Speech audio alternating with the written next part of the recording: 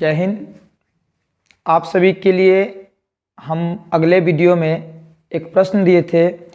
जो प्रश्न था, डीएनए आनुवांशिक पदार्थ है, किन्हीं दो प्रयोगों के द्वारा या किन्हीं दो उदाहरणों के द्वारा इसे सत्यापित करें।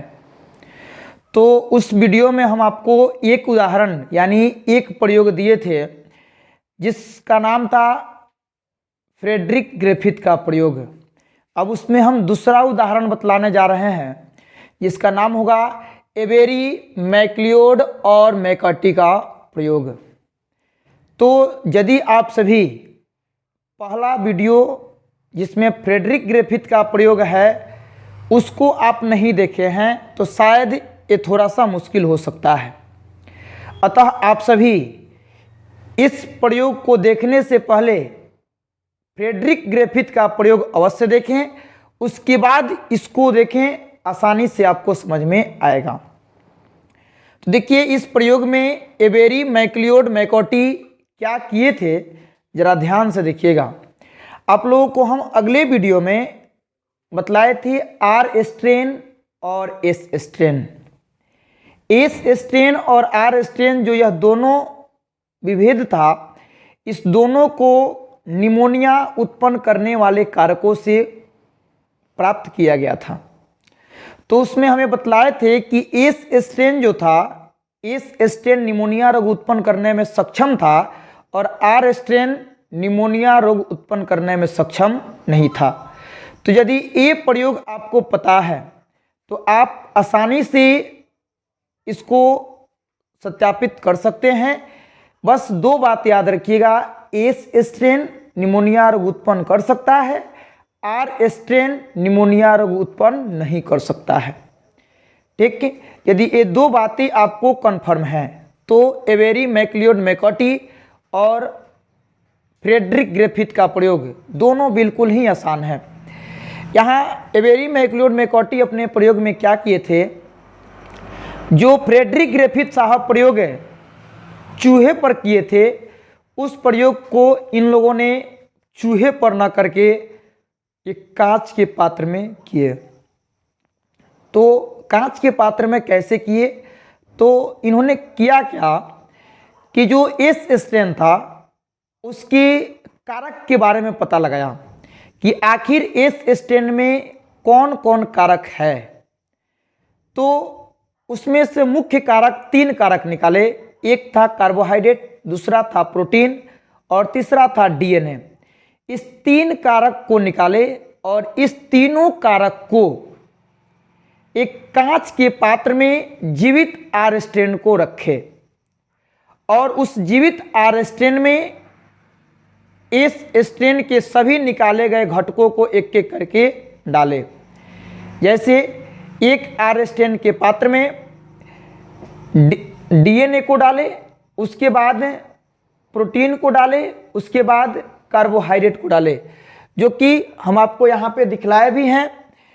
एक पात्र है, यहाँ पे तीन पात्र है, इस तीनों पात्र के अंदर आर स्ट्रेन भरा गया है और इस तीनों पात्र में जो आर स्ट्रेन है इसमें बारी बारी से प्रोटीन को, कार्बोहाइड्रेट को और डीएनए को डाला गया है।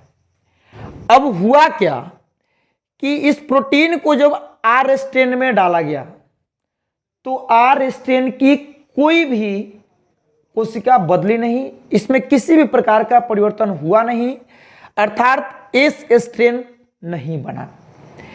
इसी आर स्ट्रेन में जब कार्बोहाइड्रेट को डाले तो उस पात्र में भी कोई परिवर्तन नहीं हुआ, अर्थात आर स्ट्रेन से एस स्ट्रेन का निर्माण नहीं हुआ।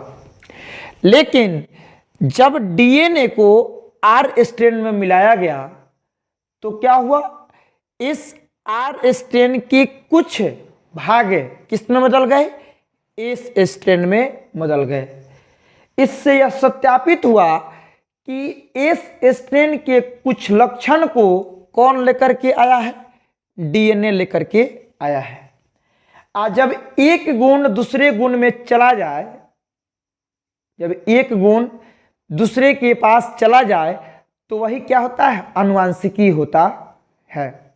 ठीक है, तो यहाँ पे दिखलाया गया कि डीएनए जो है वह कुछ सूचनाओं को अपने अंदर ग्रहण किया है और उस ग्रहण किए गए सूचना को आर स्ट्रेन में आकर के क्या कर दिया है, प्रवाहित कर दिया है, जिसके कारण आर स्ट्रेन किस में बदल गया है, एस स्ट्रेन में बदल गया है। अतः यहां सत्यापित हो गया कि डीएनए ही क्या है, एक आनुवांशिक पदार्थ है। इन सभी बातों को जो हम समझाए अभी, इन सभी बातों को हम यहाँ पे लिख कर बतलाए हैं, जरा ध्यान से देख लीजिएगा। यहाँ पे बतलाए हैं कि इन वैज्ञानिकों ने, यानी एबेरी, मैक्लियोड और मैककॉर्टी, इन तीनों वैज्ञानिकों ने ग्रिफिथ के द्वारा चूहे पर किए गए प्रयोग को चूहा पर न करके कांच के पात्र में किया। अभी इसके पहले हम समझाए तो बोले थे कि जो ग्रिफिथ साहब थे उन्होंने अपने प्रयोग को चूहा पर किया था और इन लोगों ने अपना प्रयोग चूहा पर न करके क्या किए, एक कांच के पात्र में किए। इन्होंने अपने प्रयोग में एस स्टेन बैक्टीरिया के 3 पदार्थ, प्रोटीन, कार्बोहाइड्रेट और डीएनए को अलग अलग कर लिए और जीवित आर स्टेन बैक्टीरिया युक्त माध्यम का 3 कांच से बने पात्र को तैयार किए। हम बतलाए थे कि एस स्टेन बना किन से है, तो उसमें मुख्य रूप से इन्होंने प्राप्त किए थे प्रोटीन को, कार्बोहाइड्रेट को और डीएनए को। प्राप्त करने के बाद इन्होंने क्या किया, जीवित आर स्टेन युक्त 3 पात्र अलग अलग किए, जो कि हम यहाँ पे आपको बतलाए हैं। ठीक है, तो आगे देखिए क्या लिखा गया है। 3 पात्र को तैयार किए और इन तीनों पात्र में एस स्टेन के तीनों घटक को एक एक करके मिश्रित किए। यानी उस पात्र के अंदर एक बार प्रोटीन को डाले, एक बार कार्बोहाइड्रेट को डाले और एक बार डीएनए को डाले।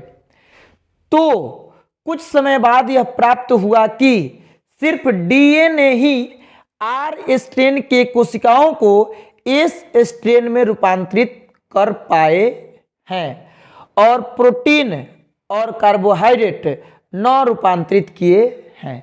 यानी प्रोटीन और कार्बोहाइड्रेट को जीवित आर स्टेन युक्त पात्र में डालने से कोई परिवर्तन नहीं हुआ, जबकि डीएनए को डाला गया तो आर स्टेन की कुछ कोशिका किस में बदल गई, एस स्टेन में बदल गई। अब इस एस स्टेन में बदल गई तो क्या होगा, एस स्टेन में आर स्टेन तो पता है कि कुछ नहीं करेगा, लेकिन आर स्टेन किस में बदल गया है, एस स्टेन। जैसे ही एस स्टेन आया वो क्या हो जाएगा, निमोनिया रोग उत्पन्न करने वाला कारक अब आ चुका है, तुरंत आपको निमोनिया रोग बनाएगा और क्या हो जाएगा, आपकी मृत्यु हो जाएगी। ठीक है, तो ध्यान दीजिएगा।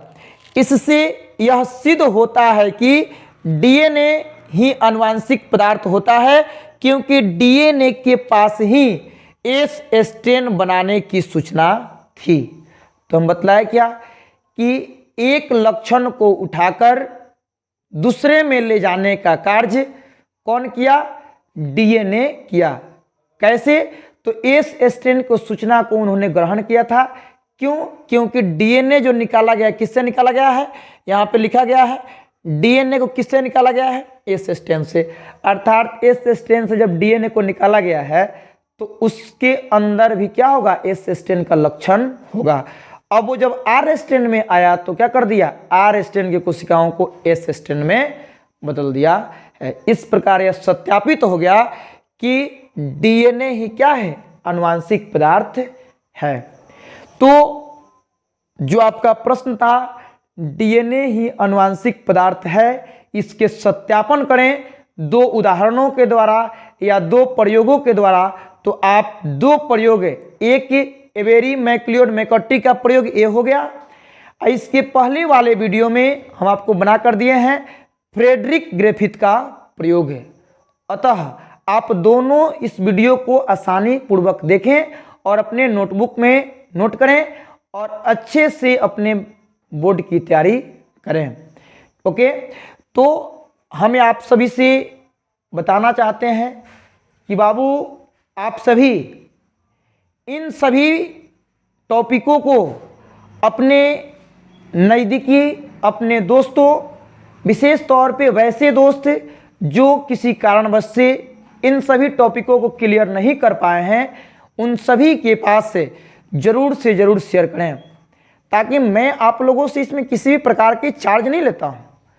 आप सभी के लिए इतनी मेहनत कर रहे हैं, तो आप सभी इन महत्वपूर्ण वीडियो को उन सभी बच्चों के पास अवश्य पहुंचाएं जो इसके लिए इच्छुक हैं। जल्द से जल्द इनको फैलाने का प्रयास करें। जय हिंद।